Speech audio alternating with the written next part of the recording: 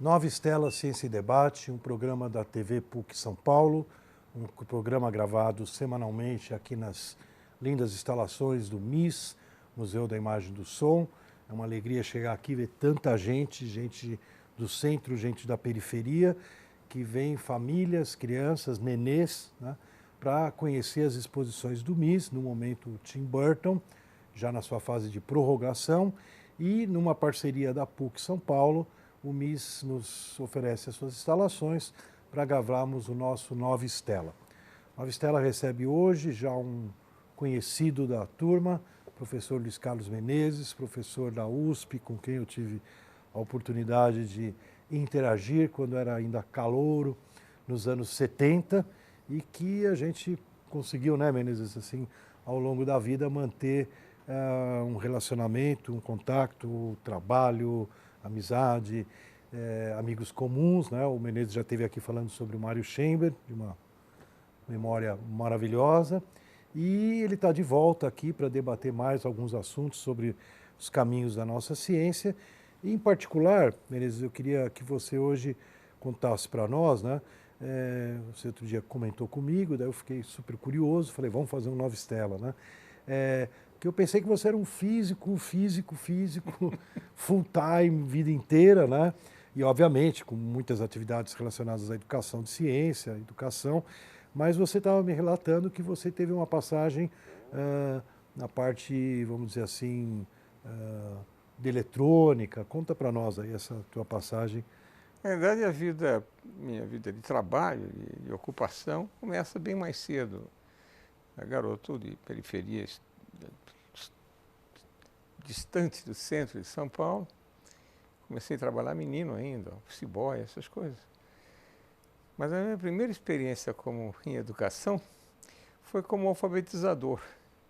Aos 16 anos de idade, 15 para 16 anos de idade, eu tinha uma tia que tinha uma militância religiosa, lá perto onde eu trabalho, na Faculdade SESI atual, na Vila Leopoldina, que naquele tempo era longa periferia. Ela tinha uma atividade religiosa, por assim dizer.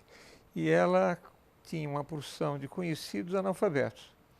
E criou uma escolinha, informal, evidentemente gratuita, informal, num pequeno galpão na Vila Leopoldina. E eu tinha, entre os meus alunos, gente que cavava de esgoto, essas coisas, essas trincheiras urbanas. Tinha uma senhora que era vendo verdureira, outra vendia bebida na Mofa Régia, lá na saída das empresas. E foi minha primeira experiência muito gostosa, aliás, muito estimulante como alfabetizador.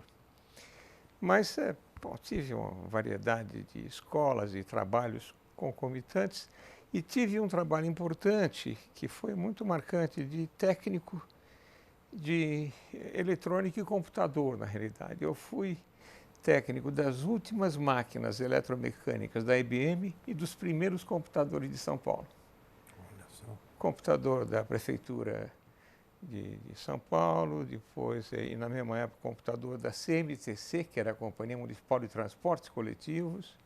A velha CMTC. Da velha CMTC, da Companhia Telefônica, que fala até de Abril. Então, era técnico das últimas máquinas eletromecânicas, chamava de contabilidade mecanizada, e dos primeiros computadores. Foi uma belíssima experiência. Eu já era Os estudante computadores de eram física. grandes, pequenos? Enormes, enormes. Os 1401 eram uns grandes armários, tinha uns 7, 8 numa sala, a sala com ar-condicionado intenso, porque não aguentava o calor. A memória deles eram fitas magnéticas enormes, rolos de fita que complementavam a memória de operação. Então, depois houve um progresso, os barra 360 foram os primeiros que já foram para a Universidade de São Paulo. Eu era estudante de física e técnico da IBM quando eu vim para São Paulo. Estou falando... E essa habilidade tua para poder trabalhar com essas máquinas veio do teu curso? Não, eu sempre fui um moleque curioso, fazia coisas, etc. Aí teve um concurso na IBM para técnicos, fui aprovado. Fiz um curso no Rio de Janeiro, lá na Tijuca, no Centro de Preparo Técnico do Rio de Janeiro. Eu estou falando agora de meados dos anos 60, né? E 64. eu assisti o comício da Central. Olha. Voltando para casa da Tijuca, onde eu morava no Ipanema, entre Ipanema e Leblon, Jardim de Alá, e parei, evidentemente, eu já tinha uma militância estudantil, era do Conselho Fiscal da Uni, ao mesmo tempo que era técnico da IBM. História, hein? Muita história. Então, desse período foi minha vivência, digamos, tecnológica e, ao mesmo tempo, o começo da minha graduação, como orientando do Mário Schember. O Schember me orientou nesse período, começou a nossa amizade ali.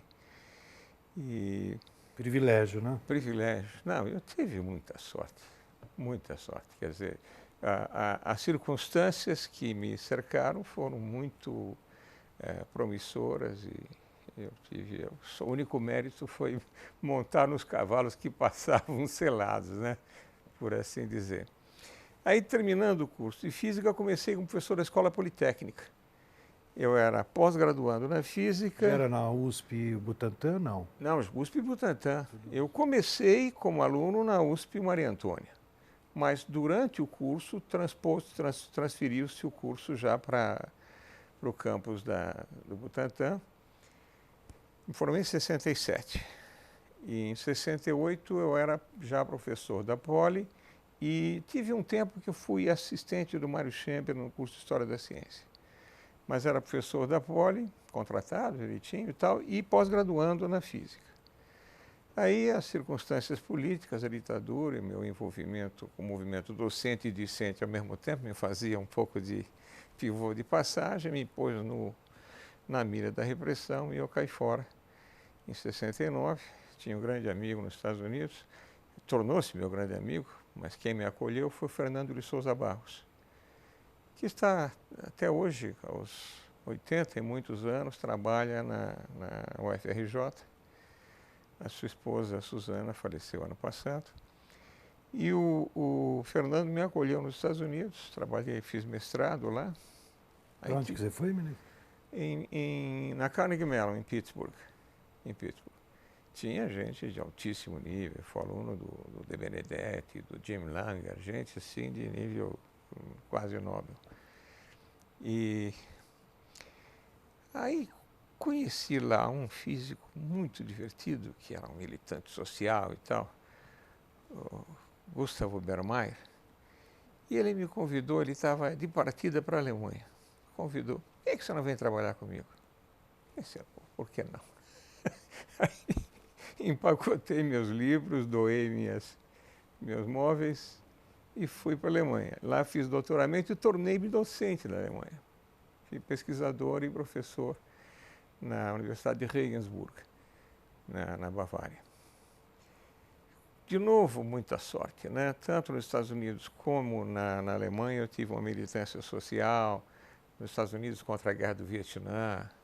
Era uma época agitada lá. Agitada, é.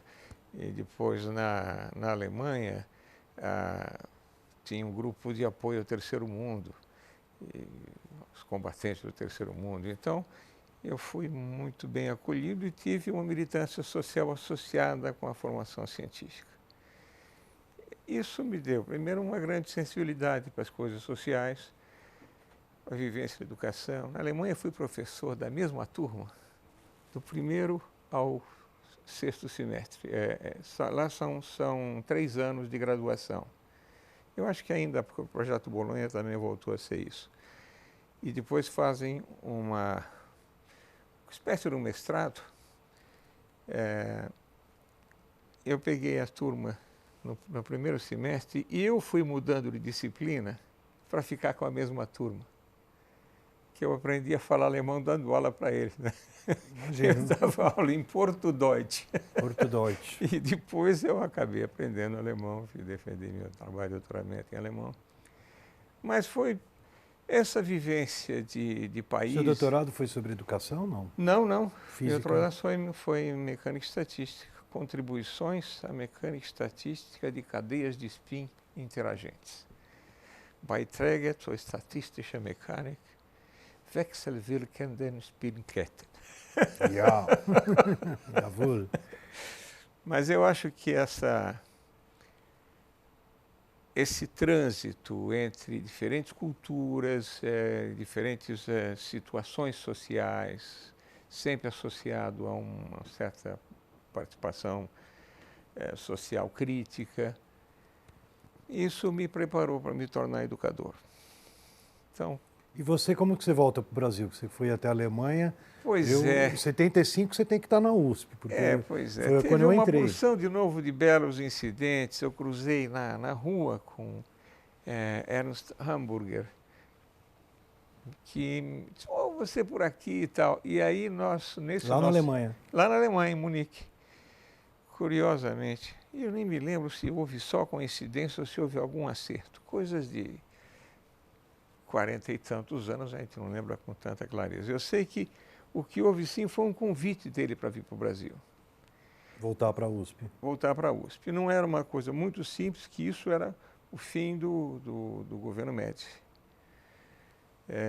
Eu cheguei exatamente no limiar de Médici para Geisel e, portanto, já uma não digo democratização, abertura, mas uma maior lenta abertura. E gradual do lenta e gradual.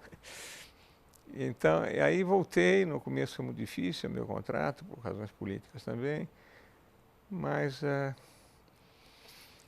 em menos de uma década, no Brasil, claro, eu ajudei a construir os primeiros grupos dessa física teórica da minha área, junto com Silvio Salinas, mas eu fui me encantando com a problemática educacional brasileira.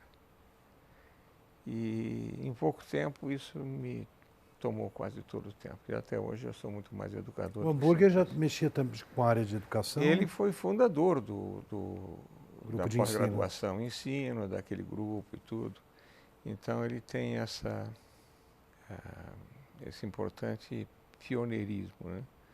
Nem sempre foi muito bem visto essa vocação para pensar educação e escola. E colegas diziam, você era um cientista tão bem sucedido, com história bonita e tal, por que foi se meter com educação? E eu dizia, para quem gosta de problema, educação é um prato cheio. Estou nesse problema até hoje, gostosamente, diga-se de passagem. E lá na USP você se envolveu inclusive com projetos de ensino do próprio Instituto?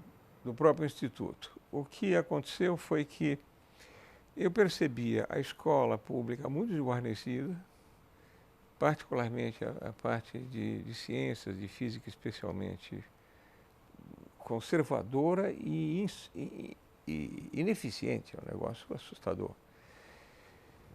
Aí criamos um curso que eu chamei de Física das Coisas, em oposição às coisas da física. Eu lembro. Eu ouvi isso de você logo numa palestra e me marcou. Então, esse Física das Coisas trouxe professores da escola pública para um curso de extensão, 30 e poucas horas e tal. Tipo uma reciclagem. O que eles me disseram, eles olha, muito interessante, mas nós não somos capazes de pôr isso em prática, precisa mais formação.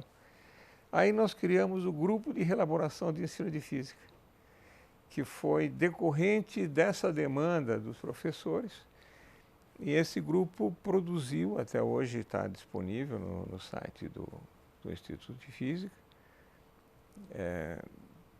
3 livros, um deles foi premiado com o Jabutizão, naquela época tinha o Jabuti grande, né? E uma centena de leituras acessáveis, livre por internet, é só entrar e baixar. Leitura para os alunos. Para os alunos. Os livros são para os professores da editora da EDUSP. E isso foi, digamos, um convite para eu pensar a educação de uma maneira um pouco mais estrutural. Aí me envolvi com políticas educacionais, coordenei os parâmetros curriculares nacionais para a ciência da natureza e matemática. Construímos o primeiro Enem. O primeiro Enem foi proposto, eu estou falando agora de 20 anos atrás, não mais de 40, né? Uhum. Então, estamos desencapando camadas geológicas aí, né?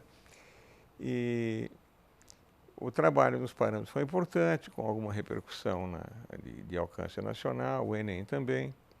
O novo Enem que existe agora é o velho ENSEJA, que era um exame nacional de certificação da educação de jovens e adultos, que combinava aquelas 9 componentes das áreas de conhecimento com as 5 competências do Enem, e deu aquela matriz de 45, que até hoje é o Enem de hoje. Na realidade, nós queríamos nos contrapor aos vestibulares. O novo Enem virou um grande vestibular nacional. O mundo é assim, dá voltas, né?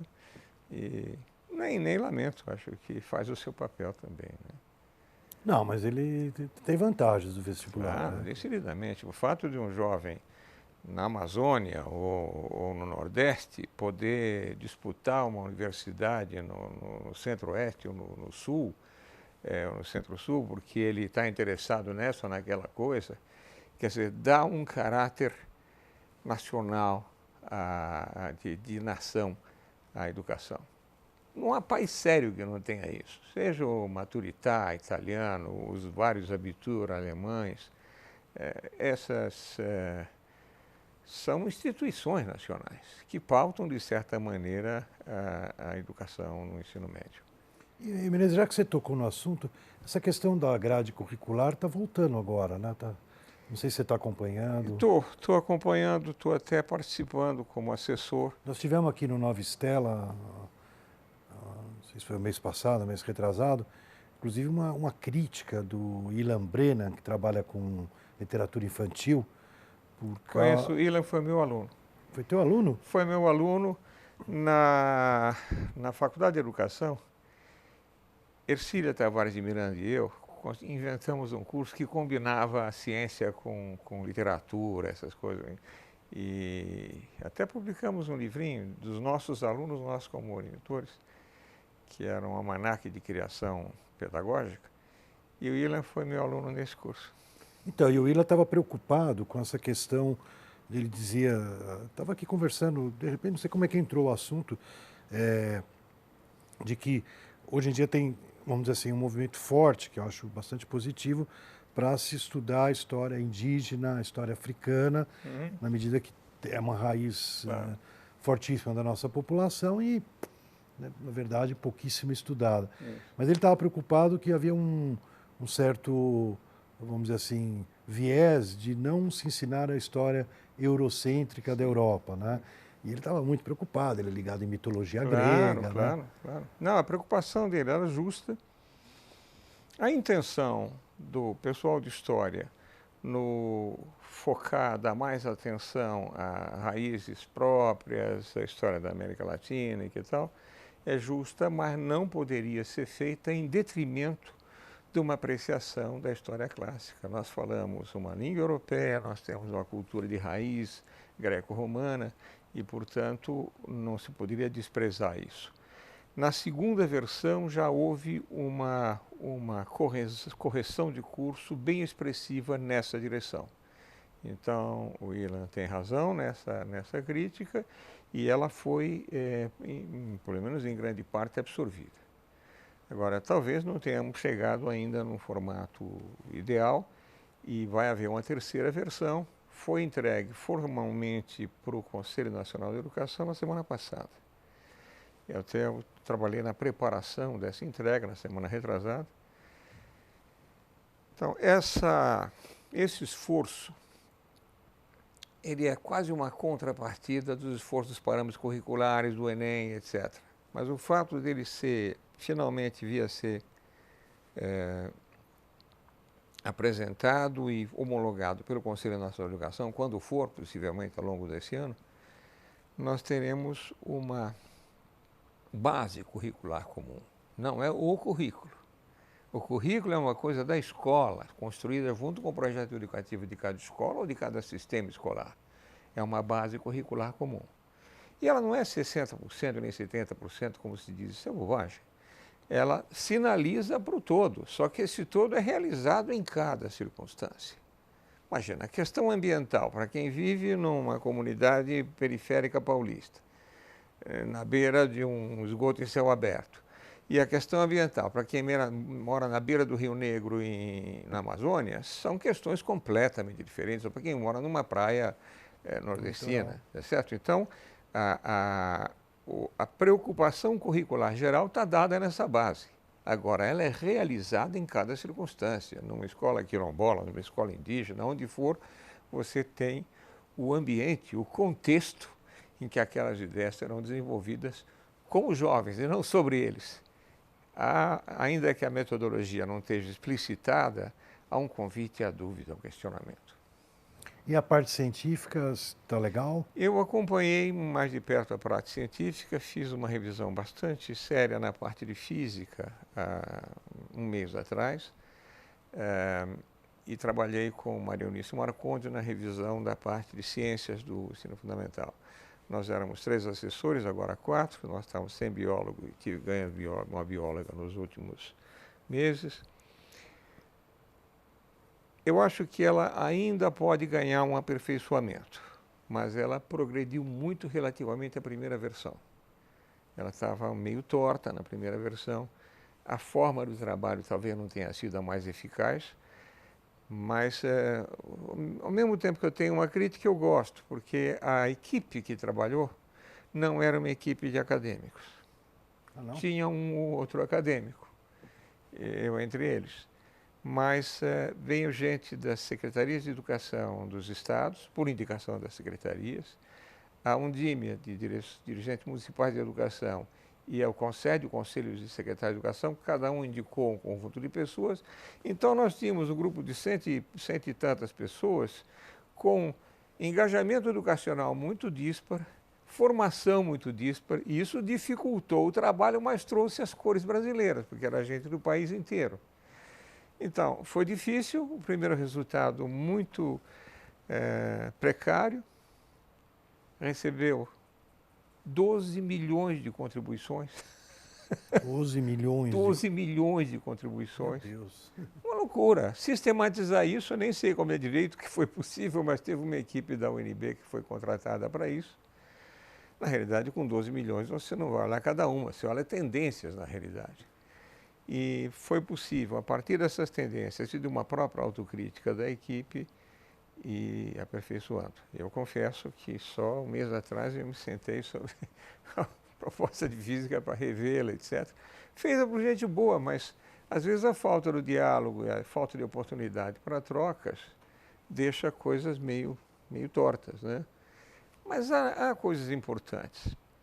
A questão do laboratório está presente? Isso está presente. Porque sempre é uma coisa que eu sei que o pessoal... Não está presente com ênfase muito grande, porque nós sabemos, e não adianta disfarçar, que a maior parte das escolas brasileiras não possuem laboratório, e quando possui, não possui quem conduz o laboratório.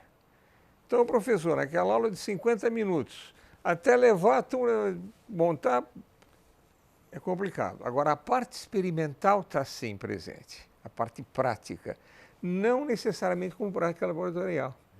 Então, o mundo como laboratório, isso está bastante presente nessa parte, né? Tem 4 grandes eixos, ou 3 grandes eixos, eu diria, que é ciência como conceito, ciência como contexto e práticas, né, sobre nesse contexto, e ciência como linguagem. Então, isso percorre esses eixos desde a educação infantil, porque a criança já faz hipóteses, tá certo? Até o ensino médio. E há uma tentativa, não sei até que ponto nós conseguimos, mas de acompanhar o amadurecimento crescente da criança e do jovem para pensar as coisas da ciência. E para pensar, não só para ser informado sobre. E talvez tenhamos conseguido, se a reforma colar, porque no Brasil a gente nunca sabe. Estamos numa fase um pouco dúbia. Dúbia. Nós temos conseguido alguns ajustes. Por exemplo, em química, no primeiro semestre os alunos ficam decorando níveis atômicos para acertar a tabela periódica. Ora, esse olhar para o mundo atômico só vai acontecer em física no terceiro ano, no segundo semestre, terceiro ano. Então, nós tentamos juntar essas coisas para o segundo ano, de tal maneira que você acompanhasse, começasse um primeiro ano com uma fenomenologia do macroscópico, isso física, química e biologia, e no segundo ano comecemos a lidar com o mundo microscópico e no terceiro com o mundo submicroscópico, das partículas, etc. Mas talvez outra novidade é, ao fazer isso, colocar materiais no segundo ano. A física que se ensina no Brasil é física de partículas. Cinemática do ponto material no primeiro ano vai até as partículas no terceiro. Materiais, semicondutores e tal, precisa trabalhar. Um jovem fica horas por dia dentro de uma tela LED e não acha um professor de física que explica o que é o light emitting diode. Nem o que é um diodo semicondutor e como é que ele poderia emitir luz. Então, há uma tentativa de modernização. Essa tentativa vai implicar uma modernização na formação de professores. E vai ter muita gente chiando, editores, sistemas educacionais e tal. Porque tem modificações no que já está... Não dá para fazer revolução sem pisar na grama. E assim vai ser complicado mesmo. Muito bom. E isso é para quando, Menezes? Quer dizer, se você falou de ser consolidado? Se espera que ao longo desse ano, nos próximos meses, haja um trabalhar da próxima versão, da terceira versão. Em princípio, em junho, deveria estar entregue a terceira versão ao Conselho Nacional de Educação. Se muda o governo, etc., nós temos alguns imponderáveis aí. Mas, em suma, é um projeto de Estado, não é um projeto nem de partido, nem de governo.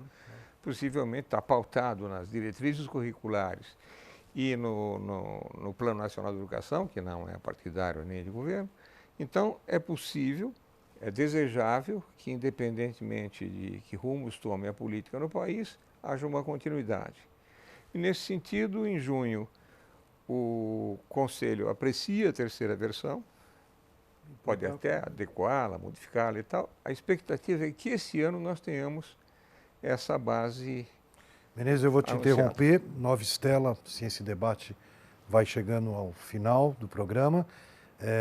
Muita coisa com a tua história e com a história da educação no Brasil. Nova Estela, Ciência e Debate estará de volta semana que vem, no mesmo horário, no mesmo canal, ou para quem quiser ver e rever os nossos programas, no canal no YouTube.